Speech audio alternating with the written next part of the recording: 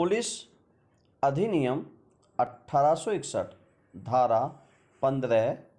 उपधारा 1 और 2 राज्य सरकार द्वारा एक आदेश के अधीन विक्षुब्ध या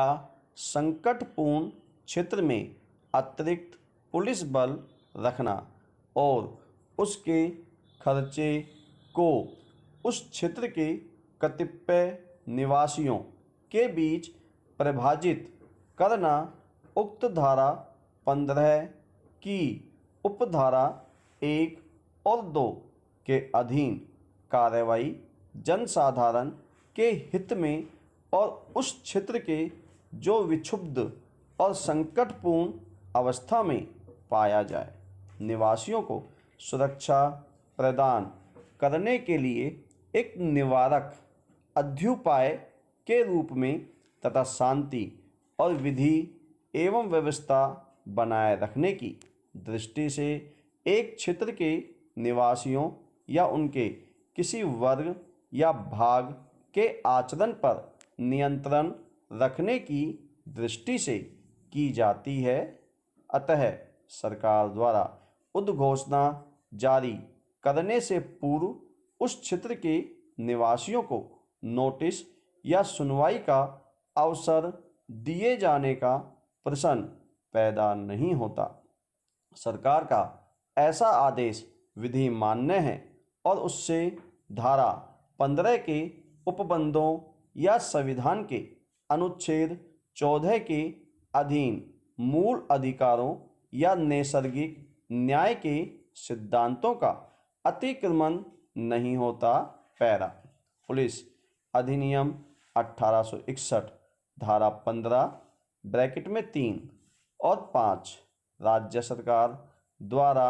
एक आदेश के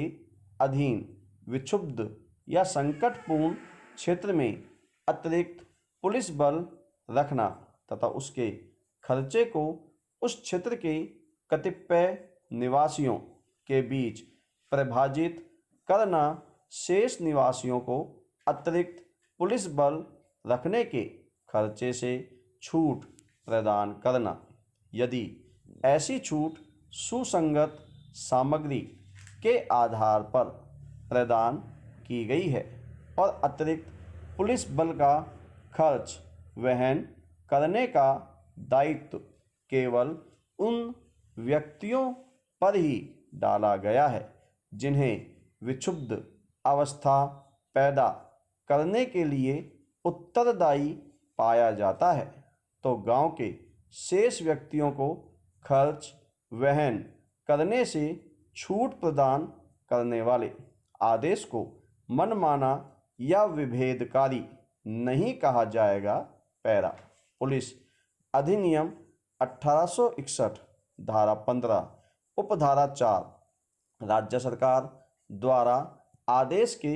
अधीन विक्षुब्ध या संकटपूर्ण क्षेत्र में अतिरिक्त पुलिस बल रखना तथा उसके खर्चे को उस क्षेत्र के कतिपय निवासियों के बीच परिभाषित करना चूँकि धारा 15 का सर्वोपरि उद्देश्य लोक शांति तथा विधि और व्यवस्था बनाए रखना है। अतः धारा 15 ब्रैकेट में 4 के अधीन किसी विक्षुब्ध क्षेत्र में अतिरिक्त पुलिस बल रखने के खर्च का परिभाषण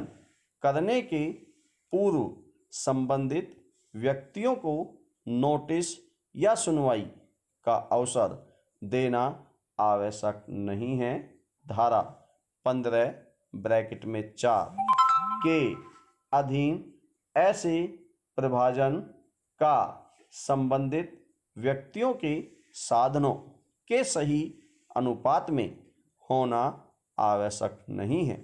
अतः यदि मजिस्ट्रेट द्वारा ऐसे खर्च का परिभाषण विक्षुब्ध क्षेत्र के भीतर रहने वाले निवासियों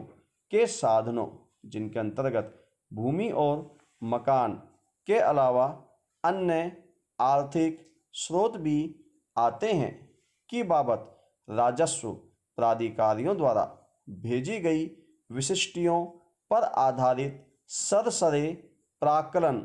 पर किया गया है तो ऐसा आदेश धारा 15 के उपबंधों के अधिकारातीत नहीं है और उससे नैसर्गिक न्याय के सिद्धांतों का अतिक्रमण नहीं होता। पैरा 1, गांव में दो समुदायों के बीच गुटबंदी होने के कारण प्रतिदिन छुटपुट घटनाएं होती रहती थी, जिससे वहां का वातावरण तनावपूर्ण होता जा रहा था। पुलिस अधीक्षक ने कलेक्टर और जिला मजिस्ट्रेट को रिपोर्ट भेजी कि वर्तमान पुलिस बल ग्रामीणों को सुरक्षा प्रदान करने तथा विधि और व्यवस्था बनाए रखने के लिए अपर्याप्त है, अतः वहां अतिरिक्त पुलिस बल रखा जाए। कलेक्टर ने इन प्रस्तावों से सहमत होने पर उन्हें सरकार के पास भेज दिया। सरकार ने इन प्रस्तावों को मंजूर कर लिया और पुलिस अधिनियम 1860 की धारा 15(1) के अधीन जारी किए गए सरकारी आदेश संख्या 1195 तारीख 13/12/1971 द्वारा 6 मास के लिए अतिरिक्त पुलिस बल रखे जाने की मंजूरी दे दी। सरकार ने तारीख 3/4/1972 को एक और सरकारी